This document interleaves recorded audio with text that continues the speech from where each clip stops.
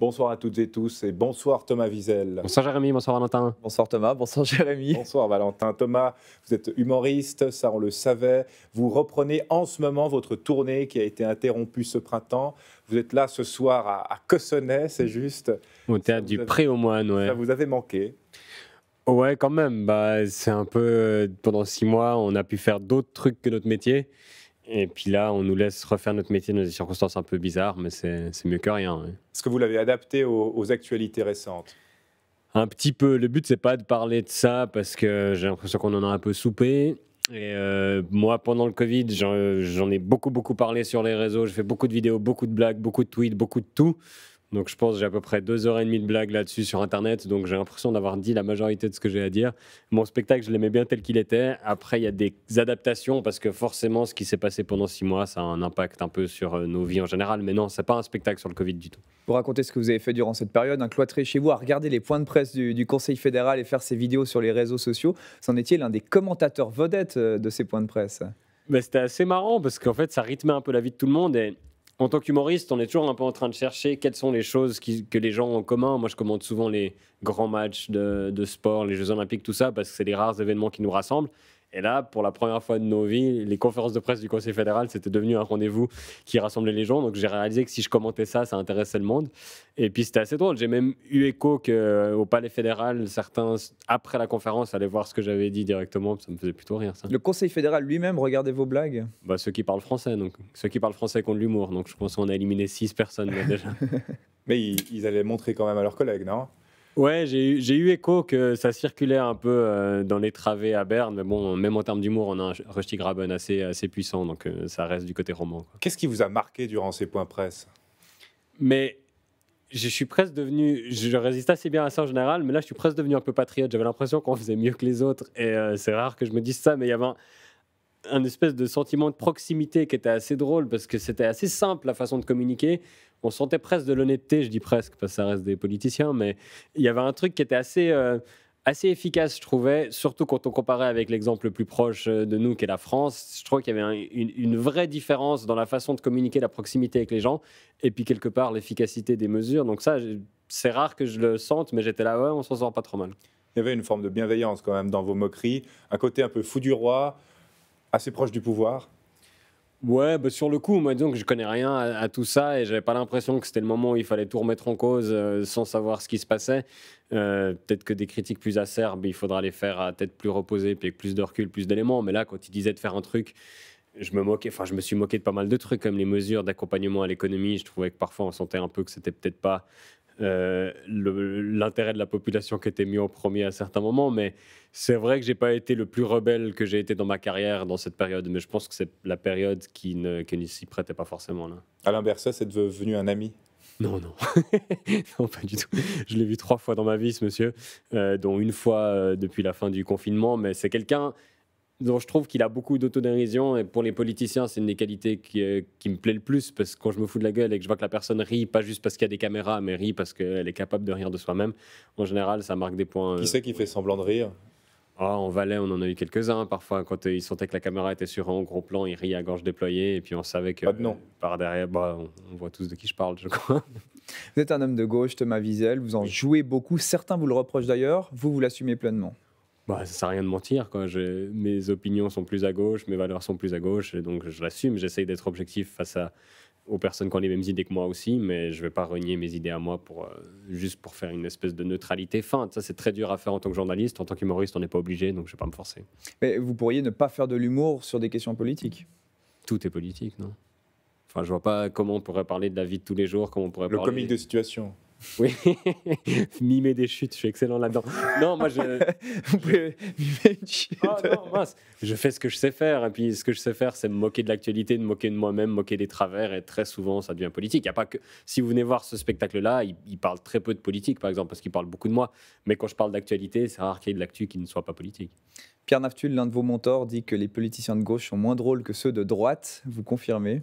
Ouais. Puis Nathanaël Rochard, un autre de mes mentors, disait parce qu'on rit plus facilement quand on a le fric. Puis je crois que c'est pas si faux que ça, mais c'est vrai qu'on a eu l'expérience, Naftul bien avant nous, puis Nathanaël et moi depuis, que les gens de gauche ont parfois plus de peine à lâcher, puis à à se marrer parce que, comme s'ils étaient un peu plus habités par leur combat, puis ils avaient moins de recul. Souvent, les invités dans les émissions, quand ils sont de gauche, ils vont pas vouloir rire de tel sujet parce que c'est trop sérieux, de tel sujet parce qu'ils ont des conflits d'intérêts, machin. Tandis que ceux de droite, on a l'impression qu'ils s'en foutent un peu, qu'ils rigolent volontiers, puis qu'ils retournent au boulot après. Donc c'est vrai que c'est parfois plus agréable de vanner les gens de droite, et puis en plus plus facile pour moi. Donc je me prive. Mais vous riez de bon cœur, même si vous êtes un homme de gauche. Oui, mais moi je suis pas politicien. Ouais. Moi j'ai aucune velléité d'être élu à quoi que ce soit ou d'être dans le combat politique. Moi c'est facile de rigoler, je suis en dehors de tout. Est-ce que... ouais. Non, je veux savoir si Willy Morer, pour vous, il était plus drôle qu'Alain Berset. Ouais, alors peut-être plus facile à moquer qu'Alain Berset, plus drôle. Ces blagues auraient peut-être fait carton dans les années 60, 70, mais là j'ai l'impression que c'est un peu passé de mode. Ce spectacle est effectivement un peu moins politique, un peu plus misanthrope. Là, on retrouve quand même ce lien entre Pierre Naftul et vous, le côté misanthrope, c'est ce qui vous a réunis. Moi, ce que je dis volontiers de Pierre, c'est qu'il aime beaucoup peu de gens. Et quand on fait partie des peu de gens qu'il aime beaucoup, on a de la peine à imaginer qu'il puisse être misanthrope parce que son amour est très fort, mais c'est vrai qu'il y a pas mal de gens. Voilà, il déteste beaucoup de gens. Et je crois que je me reconnais pas mal là-dedans. J'ai plus de facilité à détester les gens au premier abord et après, à contre-cœur, je commence à les aimer. Mais je reste souvent au premier abord. Ouais. Et vous détestez que des inconnus viennent vous aborder dans la rue, par exemple? C'est pas que je déteste, c'est pas un truc avec lequel je suis à l'aise, puis c'est pas un truc qui fait partie de mes petites joies de ce métier. Je sais que j'ai des confrères qui sont très contents d'être un peu le centre de l'attention et puis d'avoir cette interaction avec des inconnus. Moi, ça fait partie des épreuves et des revers de la médaille de ce job. J'aime bien mon intimité, j'aime bien être un peu avec les gens que je connais, puis je tolère les gens que je connais pas, mais c'est rarement les moments où je suis le plus à l'aise. On vous dit quoi? Rarement des trucs intéressants en fait. Souvent j'arrive à deviner ce qu'on va me dire parce que forcément les gens ne connaissent que la facette publique et donc ils n'ont rien de spécialement intéressant à me dire. Alors souvent c'est bienveillant, hein, c'est pas des gens qui me veulent du mal, mais ils vont me dire où ils m'ont vu. Alors en général ça m'apporte pas grand chose parce que je sais très bien où j'ai fait des spectacles, donc voilà, ça c'est pas une info incroyable. Et ils vont me dire quel sketch ils ont vu, ils vont essayer de me raconter mes propres blagues et pas forcément très très bien. Donc c'est rarement des interactions qui font ma journée. Alors qu'on vienne me dire qu'on aime bien ce que je fais, c'est évidemment très flatteur, mais les conversations qui s'en suivent, c'est toujours un peu frustrant. La personne ne sait pas quoi dire, moi je ne sais pas quoi répondre, puis on est content quand c'est fini. Vous détestez vraiment les gens ou vous avez plutôt peur des gens? Non, j'aime bien quand j'ai que des gens que je connais autour de moi. Je suis mal à l'aise avec les inconnus. Il faut bien les rencontrer, ces gens que vous connaissez pour une fois, je sais pas, apprendre à les connaître. Mais je pense que je me suis endurci. Avant, c'était moins pire. Il y a des gens qui ont réussi à pénétrer la carapace. Et depuis, ça s'est un peu refermé. Non, mais évidemment, vous avez raison. Et je fais énormément d'exceptions et des efforts et des thérapies et tout ce que vous voulez. Mais j'ai vraiment beaucoup de difficultés avec les nouvelles personnes. À l'inverse, sur les réseaux sociaux, vous lisez tous les commentaires, vous répondez beaucoup, souvent très moqueurs. Pourquoi vous faites ça? Je sais pas. Je pense que des psys pourraient se pencher là-dessus, mais souvent c'est une manière aussi d'intégrer le commentaire, la critique, puis de passer à autre chose. C'est de dire j'ai lu, je vois un peu ce que les gens disent sur moi. De temps en temps, quand ça dépasse les bornes, je me permets de répondre. Souvent, vous le dites avec moquerie, avec second degré, etc. Parce que c'est un peu mon job, puis je pense aussi un peu comme une espèce d'entraînement de répartie. Puis après, ça me permet de passer à autre chose. Tandis que si je faisais semblant de pas lire, comme font beaucoup de gens, et dire oh non, moi je lis pas tout ça, alors qu'ils le font aussi, je pense que ça m'atteindrait plus durablement. Donc c'est aussi ma façon d'évacuer ça directement. C'est j'ai fait une vanne et j'en parle plus, quoi. Mais ça vous affecte, les critiques? Oui, toujours, bien sûr. Ouais.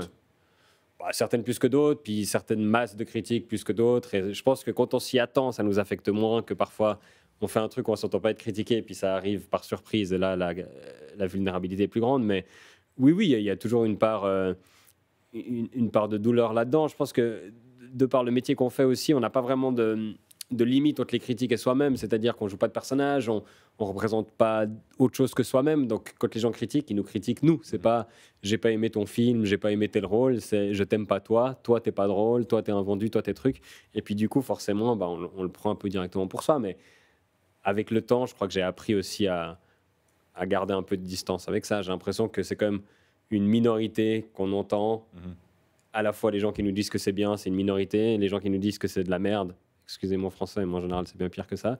Et la majorité, c'est les gens entre deux, soit qui gloussent un petit peu, soit qui s'en foutent et qui passent leur chemin. Donc ça aide à relativiser, de se dire c'est des gens qui ont le temps de prendre leur clavier, mais c'est pas représentatif. Il n'y a pas le risque que ça finisse par vous plaire, finalement, tout syndrome de Stockholm? Je crois pas. Je crois que j'en suis assez loin. Ça me fait toujours marrer les gens qui ont comme titre professionnel d'être polémiste. J'ai jamais très bien compris en quoi c'était un métier d'énerver les gens. Mais non, c'est pas du tout mon but et je crois pas que je vais y prendre goût du tout. Je préfère quand les gens rigolent que quand les gens m'insultent. Pour l'instant encore. On en reparle dans 10 ans peut-être. Mais... En ce moment, vous recevez beaucoup de critiques de la part des anti-masques que vous avez moqués dans une vidéo récemment. C'est un public particulier, ça. Bah, c'était un peu de nulle part et honnêtement, c'est difficile à les catégoriser parce qu'on a l'impression que ça vient d'un peu partout. Alors maintenant, c'est la grande mode des médias d'essayer de dresser le portrait robot de l'anti-masque. Puis on voit qu'il n'y en a pas vraiment et que c'est vraiment assez varié. Et le point commun, c'est une espèce de ras-le-bol de cette situation et puis de vouloir remettre en cause ce qu'on nous dit. Alors, j'entends bien sûr ces trucs-là. Ce qui me paraissait risible, c'est certains arguments qu'on utilisait pour ne pas vouloir porter le masque. J'ai l'impression que personne ne veut porter le masque. On le fait un peu à contre-cœur parce qu'on est d'accord de faire ce sacrifice, mais ce que j'essaie de moquer, c'était pas forcément... Parce que je reçois beaucoup de critiques de gens qui me disent que je fais l'apologie de telle ou telle pensée du gouvernement, que je fais ci, que je fais ça. Je faisais juste un peu me moquer de certaines raisons qui me paraissaient un peu loufoques pour ne pas porter le masque, puis certaines théories un peu bizarres. Mais c'est vrai que la nuance est très difficile à exprimer en ce moment, et assez vite on est pour ou contre, dans un camp ou dans l'autre, et j'en ai ramassé un petit peu. Vous n'êtes pas proche de Bill Gates? Bah, il vient manger à la maison régulièrement, mais sinon, non. Vous vous êtes pas senti en danger? Non, je crois pas.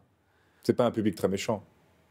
Verbalement, oui. On sent vraiment parmi certains une vraie haine, une vraie frustration, puis un besoin de l'exprimer, puis de ressortir une espèce de rancœur. Mais j'ai pas eu de menace directement sur ma personne et je crois pas que non, je me suis pas senti en danger particulièrement. On l'a dit, vous n'êtes pas forcément à l'aise avec les gens. Vous êtes aussi tout le temps sur votre téléphone. Il y a un côté autiste chez vous? Ouais, alors ça, c'est une question que je me pose depuis un moment et que la médecine n'a pas encore réussi à répondre.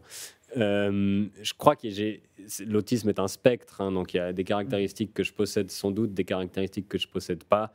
Je pense que j'ai certaines choses qui me rapprochent un peu de ça. Je pense qu'effectivement, l'écran est parfois une espèce de barrière avec le monde extérieur qui me sécurise un peu parce que je contrôle tout ce que je fais sur mon petit téléphone et je contrôle pas ce qui se passe autour. Donc souvent, quand je suis dans les transports, quand je suis en dehors de chez moi, j'aurai mon téléphone dans les mains un peu comme protection. Je pense que ça, on pourrait apparenter à ça, mais on me dit que j'ai beaucoup d'empathie et que c'est une caractéristique souvent qui est peu présente chez les personnes atteintes d'autisme. Donc je pense qu'il y a des trucs où je suis pile dans les clous et d'autres pas du tout. Donc c'est un peu un mystère. Ma psy me dit que je suis pas autiste. Après, je la paye, donc c'est peut-être ça. Vous avez aussi une mémoire assez incroyable. Notamment, on dit de vous que vous connaissez toutes les capitales du monde entier. C'est vrai?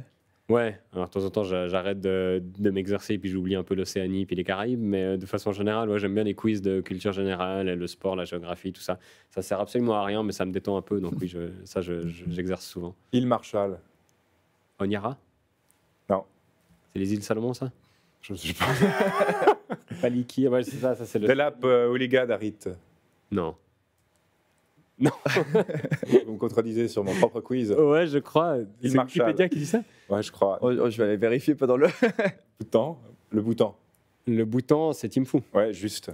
Valentin, vous faites la vérification? Ouais, je fais la vérification du fact-checking en direct. Fact-checking en direct. Non, mais des fois, l'Océanie, ce qui est compliqué, c'est que il y a des îles qui sont considérées comme la capitale, puis parfois, au sein de l'île, il y a un village ou une ville qui est considérée comme la capitale de la capitale. Donc ça dépend. Mais en tout cas, ce que vous dites, là, je ne l'ai jamais entendu. Vous trouvez, Valentin? Passons aux questions suivantes. Est-ce que l'enfance a été une difficulté pour vous? Non. Dans ce contexte? Non, j'ai eu une enfance assez heureuse. Premier de classe? Ouais, globalement, de la facilité à l'école. Pas toujours premier, mais de la facilité à l'école. Mais pas non plus le cliché de celui qui n'avait pas d'amis. Alors, je n'étais peut-être pas le plus populaire de la classe, mais j'avais mon groupe d'amis, ça se passait bien. Qu'est-ce que vous dites sur les îles Marshall? Je ne voulais pas vous interrompre maintenant. C'est effectivement, comme l'a dit Jérémy, Delap Ouliga d'Arit. Désolé pour la prononciation, qui est la capitale des îles Marshall. Donc, Moi, j'apprends quelque chose. Ils ont dû changer récemment. Bon, voilà, je sais ce que je fais sur le trajet du retour. J'avais jamais entendu ça. Non, l'enfance était agréable, une famille aimante, j'avais des loisirs, tout allait bien. J'avais juste effectivement moins besoin de travailler à l'école, puis j'utilisais un peu le temps libre pour faire autre chose, quoi. Ça, c'est la question que tout le monde vous pose. Est-ce que vous étiez drôle à l'école? Est-ce que vous imitiez vos profs? Non, mais j'ai toujours été nul en imitation. Je crois qu'Yann Lambiel ne tremble pas à l'idée que je lui vole son travail encore aujourd'hui. Non, mais moi, j'ai toujours été assez réservé. Et en classe, souvent, on ne m'entendait pas les premiers mois.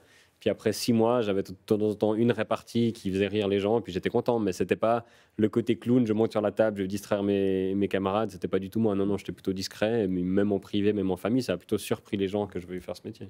à quel moment vous avez commencé à écrire? J'ai écrit une pièce de théâtre quand j'étais encore au secondaire, je crois que j'avais 13 ans. J'étais dispensé des cours d'anglais parce que j'avais appris l'anglais en Angleterre, mais je devais rester dans la salle de classe. Et du coup, c'est là que j'ai commencé à écrire une pièce de théâtre qui se voulait drôle. Alors après, je l'avais 13 ans, donc si je relis maintenant, je vais trouver ça très très nul. Mais je pense que c'est la première fois où j'ai écrit des trucs moi-même à vocation drôle. Quoique, j'ai retrouvé une fois un sketch que j'avais écrit à 9 ou 10 ans pour un camp de ski. Et ça aussi, ça se voulait drôle. C'était une histoire de dentiste qui charcutait les gens avec une tronçonneuse et ça se voulait drôle. J'étais déjà un peu taré. Mais je crois que ouais, dès que j'ai écrit quelque chose, j'ai toujours voulu faire rire. Mes profs de français au gymnase me critiquaient en disant que je cherchais à faire des blagues plutôt qu'à faire des dissertations. Et du coup, j'avais des mauvaises notes, mais j'étais content.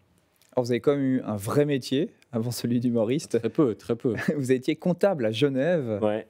Vous en gardez des bons souvenirs, ça, d'être comptable à Genève? Non, pas spécialement, mais c'était une boîte qui était en proie à des difficultés financières. Déjà avant que j'arrive, c'était pas que ma faute. Non, mais en fait, c'était un job d'étudiant que j'ai fait ensuite à temps partiel quand je commençais ces scènes, etc. Mais ça n'a jamais été la vocation première, donc j'ai jamais été 100% investi là-dedans. Mais oui, c'était comme ça que je gagnais un peu d'argent comme job alimentaire. J'étais comptable, quoi. Mais du coup, ça faisait un contraste assez intéressant avec la scène parce que j'avais le travail le plus plan-plan possible. Je pense que ça m'a pas retenu très longtemps. Diplômé HEC, c'est juste. Ouais, j'ai un bachelor. Ouais.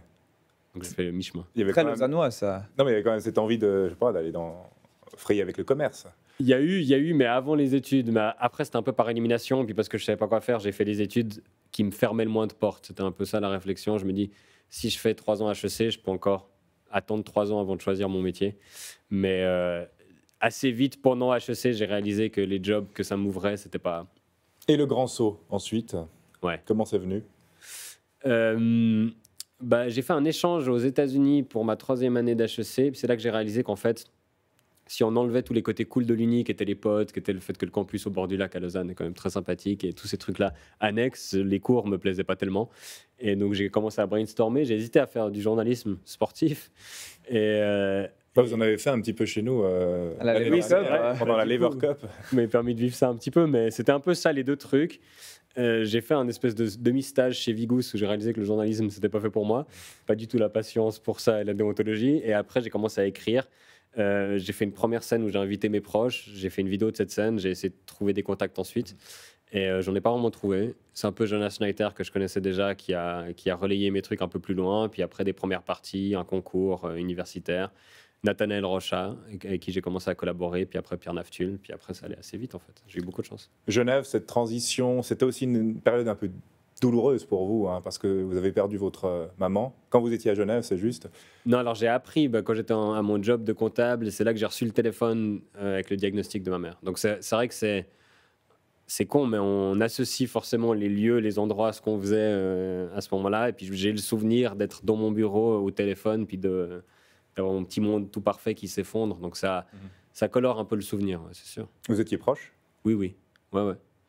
J'ai eu la chance, j'ai eu 20 ans de parents aimants, proches. Enfin, j'ai eu vraiment tout ce qu'il faut pour se former. J'ai eu une enfance heureuse. Et puis, je crois qu'ils m'ont donné toutes les armes et tous les outils. Puis à 20 ans, en général, on est prêt un peu à affronter le monde par soi-même. Mais oui, jusqu'à là, j'étais très proche. Et elle n'a pas vécu du coup cette transition. Et puis c'est vrai que c'est un truc un peu bizarre de me dire que quand elle est partie, j'étais comptable, quoi. Que ce soit ce décès ou d'autres choses, hein, vous parlez beaucoup dans les interviews, dans votre spectacle, de choses intimes, de votre stérilité aussi. Ouais. Alors ça, Ça voilà. reste à prouver. Hein. C'est vrai. Aujourd'hui, on peut faire beaucoup de choses. Je crois que médicalement, alors je suis pas tout bim, hein, ça on me l'a suffisamment rappelé ces derniers jours sur les réseaux sociaux, mais je crois qu'on n'est pas stérile tant que c'est pas qu'on n'a pas vraiment essayé de faire un enfant et qu'on a échoué. Donc effectivement, a priori, je suis infertile ou difficulté de fertilité, je sais pas comment ils appellent ça. Mais peut-être que j'aurai des enfants quand même, je l'espère en tout cas. Mais oui, Mais c'est important pour vous de parler de toutes ces choses très intimes. Quand il m'arrive des trucs graves, c'est vrai que l'humour, c'est une des armes que j'ai pour le combattre et puis pour réussir à continuer. Et puis quand j'arrive à rendre ça drôle, j'ai envie de le partager. Et puis je sais que parfois, ça peut parler à d'autres personnes. Les deuils, malheureusement, la plupart des gens en ont vécu. Des histoires médicales difficiles aussi, pas forcément celle-ci, mais d'autres. Et puis moi, je le fais pour moi, pour montrer que j'arrive à en rire, puis à l'accepter, puis à continuer comme ça, mais je sais que parfois ça parle à d'autres personnes et puis que j'ai des retours assez touchants de gens qui disent que telle ou telle blague ou telle séquence les a aidés, et puis ça c'est cool. Je me dis, si ça peut être un des effets secondaires d'un truc que je fais très égoïstement pour moi, pourquoi pas. Et puis il y a un truc assez satisfaisant en tant qu'humoriste de prendre un truc pas drôle puis de le rendre drôle. On a l'impression de mieux faire son travail que quand on parle d'un sujet qui est déjà drôle à la base. Parlons d'autre chose qui est intime ou du moins un peu de la sphère privée. Vous avez trouvé l'amour, le vrai, celui qui dure plus d'une vie. Ouais, ça Plus fait d'une nuit. Plus d'une vie. Plus d'une nuit. Plus d'une vie. plus d'une nuit, oui. Je suis en couple en ce moment. C'est un truc qui m'était pas arrivé depuis très longtemps, donc c'est cool. C'est une nouvelle routine. Le monde d'après. J'apprends des choses, on verra. Vous étiez un homme à femme? Ouais, un peu. Ouais. Bah, j'étais célibataire pendant très très longtemps et puis j'avais de la peine à m'attacher, donc forcément il y avait tout ce qui allait avec et j'ai un peu profité. Ouais. Les blagues sexistes, vous en avez fait un temps? Oui, je pense, mais je pense que j'en fais toujours. Est-ce que la vague MeToo vous a un peu stoppé? Non, je crois pas. Je crois vraiment que, heureusement, j'avais des valeurs un peu féministes avant que ce soit la mode. Après, dans l'humour, c'est vrai qu'au début, j'étais moins regardant sur ce que je disais. Mon but, c'était de faire rire. Donc, j'ai fait des blagues sexistes, j'ai dû faire des blagues racistes, j'ai dû faire des blagues ablistes et d'autres humoristes que j'ai parfois appris au moment où je faisais Abliste? ces blagues. C'est contre les handicapés. Voilà. Ah oui, de Hable. Voilà, comme ça. Mais je crois que Habilité. c'est un anglicisme. Ouais. Mais donc oui, au début, j'ai pu faire des trucs, des blagues que j'assumerais moins aujourd'hui. J'ai des regrets, mais je crois que le sexisme, non, il n'y a pas. Quand MeToo est arrivé, j'étais plutôt satisfait, content et soulagé que ça commence à se dire. J'ai pas trop tremblé. Alors comme tout le monde, j'ai fait mon examen de conscience. Et évidemment, comme tout le monde, il y a des trucs dans ma vie que j'aurais changé, que j'aurais fait différemment, etc. Mais on peut pas dire que j'ai tremblé dans mon siège à l'idée qu'on puisse raconter mes histoires. Heureusement, not all men, comme on doit pas dire, mais des fois ça fait un peu peur quand on voit, et dans l'humour, en Suisse on est un peu épargné, mais au Québec, en France, il y a eu pas mal d'histoires. C'est dommage que toutes les positions de pouvoir donnent aux hommes l'impression qu'ils ont le droit d'abuser de tout et de tout le monde, mais heureusement c'est en train de changer. Puis maintenant, effectivement, les gens ils ont peur des répercussions. C'est dommage qu'il faille ça pour que le comportement soit adéquat, mais au moins c'est une des conséquences, quoi. Vous jouez en Suisse aussi en France. Est-ce qu'il y a certaines blagues qu'on peut se permettre chez nous et pas forcément chez nos voisins? Non, alors il y a une sélection parfois simplement parce que nos voisins ne connaissent rien à la Suisse, ce que je pense que vous réalisez souvent, donc on ne peut pas faire des références à ce qui se passe ici, parce que si on sort du chocolat, des montagnes et du fait qu'on est neutre et riche, ils ne comprennent pas. Mais sinon, non, en termes de liberté d'expression, Internet dans les pays développés fait qu'elle est un peu la même partout, quoi. Après, sur scène, j'ai l'impression qu'on peut aller plus loin que dans les médias, parce que sur scène, on a un public qui sait pourquoi il est venu, qui a payé un billet, qui est dans l'ambiance spectacle d'humour, donc qui est déjà au bon degré, tandis que parfois dans les médias, on ne sait pas dans quelle position est la personne qui consomme nos blagues, donc il y a des malentendus qui sont plus probables. Donc c'est vrai que sur scène, on se permet parfois d'aller plus loin. La France, Paris, la télévision, vous avez été chroniqueur chez Quotidien, mais ça n'a pas duré longtemps. Non, pas longtemps. Ouais, bah, c'était une tentative. J'ai pas trouvé que c'est les meilleurs trucs que j'ai fait de ma carrière. Eux non plus. Donc, on était d'accord là-dessus. J'aurais bien continué un peu plus pour essayer d'apprivoiser l'outil, mais là-bas, tout va très vite. Hein, et, ça n'a pas continué. J'ai eu France Inter un peu après que j'ai dû arrêter moi pour le coup parce que j'avais des trucs ici qui me prenaient trop de temps. Moi qui n'ai jamais voulu déménager à Paris, c'est un peu ça qui est délicat, c'est de faire carrière dans les deux pays. C'est très fatigant en termes de transport, en termes de double agenda, double vie. Certains y arrivent mieux que moi, Marina Rollman, Charles Nouveau, Alex Kominek, c'est des gens qui ont bien réussi la transition et qui ont quasi plus de travail à Paris qu'en Suisse maintenant. Moi je suis de ceux qui sont un peu plus casaniers et puis ça me va assez bien. Il y a une cruauté à Paris? Il y a plus de concurrence, il y a plus de monde, il y a un milieu qui est un peu moins bienveillant, ça c'est sûr. Et en Suisse, on a quand même tendance à bien se comporter avec les gens parce qu'on sait qu'on va les recroiser, puis on sait que le milieu est petit, puis que la politesse, la gentillesse, c'est des valeurs qui seront récompensées sur le long terme. Tandis qu'en France, si on n'a plus besoin de vous, on arrête de vous appeler, et puis c'est pas grave parce qu'il y a 50 autres humoristes qui se pressent au portillon. Donc il y a une espèce de sentiment qu'on est plus un pion, et ça, c'est assez désagréable. Vous avez cité des noms de romans qui ont tenté l'aventure à Paris. Il y en a un autre en ce moment qui tente de conquérir la capitale, c'est Darius Rochebin. Ouais. Qu'est-ce que vous lui souhaitez? Pas grand-chose. Moi, j'ai jamais été tellement sous la fascination et j'ai l'impression qu'on en a fait un gros truc parce qu'il y a peut-être la longévité qui est entrée là-dedans, le fait que c'était devenu un personnage habituel. Je pense qu'il faut effectivement du courage pour sortir de son espèce de perchoir doré qu'il avait. Pourquoi pas? Après, je sais pas si ça me ferait plaisir d'arriver en France et qu'on me cite Darius Rochebin comme exemple de Suisse à Paris. J'ai pas l'impression d'avoir beaucoup de choses en commun avec ce monsieur, mais pourquoi pas? On verra. Et à vous, qu'est-ce qu'on peut vous souhaiter? Le moins de spectacles annulés possible. C'est vrai qu'on prenait ça pour acquis jusqu'à il n'y a pas longtemps, mais là, cette année, j'ai dû repousser et annuler 50 dates. Donc, ça m'a appris aussi que c'était une espèce de chance incroyable de faire ce job, puis que ça pouvait partir en un instant. Donc là, retrouver la scène, que ça se passe bien, malgré le fait que le public aura des masques dans la plupart des endroits, ce qui est un peu flippant.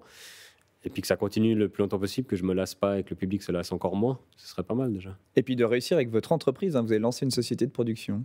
Ouais, alors ça c'est plus...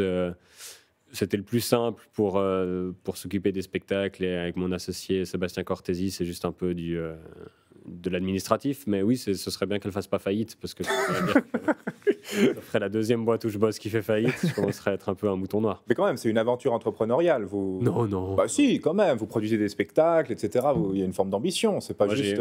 j'ai signé mon nom en bas de la feuille, puis je m'occupe de mes spectacles. Je fais pas grand-chose d'autre, honnêtement. Cette volonté de produire des spectacles de jeunes pousses, etc. D'accompagner des gens. C'est cool de pouvoir donner un coup de main et d'avoir une structure qui s'occupe vraiment des artistes et qui perpétue l'esprit de Pierre Naftul, parce que c'est un peu ça l'idée, c'était son projet à la base. Sa santé a fait qu'on a repris un peu le truc sous son conseil, mais le but c'est vraiment que les artistes soient au centre du projet et d'aider mes potes, de leur donner un peu une structure, ils peuvent faire leur spectacle, ça me fait plaisir, mais c'est vraiment pas mon ambition. Et moi, mon rôle est très très restreint dans cette entreprise. Vraiment, je signe de temps en temps un truc, mais sinon je fais juste des blagues. Merci beaucoup Thomas Wiesel, Plaisir. actuellement en tournée romande, à Cossonay ce soir, mais il faudra attendre décembre pour vous voir à Genève. Inch'Allah. Il y a d'autres choses qui s'organisent entre deux, non? Vous êtes un peu parfois par ici à la dernière minute. Ouais, parfois. Là, vous suivre quelque part. Il y a un peu moins de choses à la dernière minute, c'est plutôt les annulations, les dernières minutes. Mais sur les réseaux sociaux, en général, je donne de mes nouvelles. Ouais. Et puis on peut vous voir dans le bus et vous aborder. Comme on l'a bien compris, vous posez plein de questions. Maintenant, j'ai un masque, on ne me reconnaît pas. Ah oui, c'est vrai. Merci beaucoup.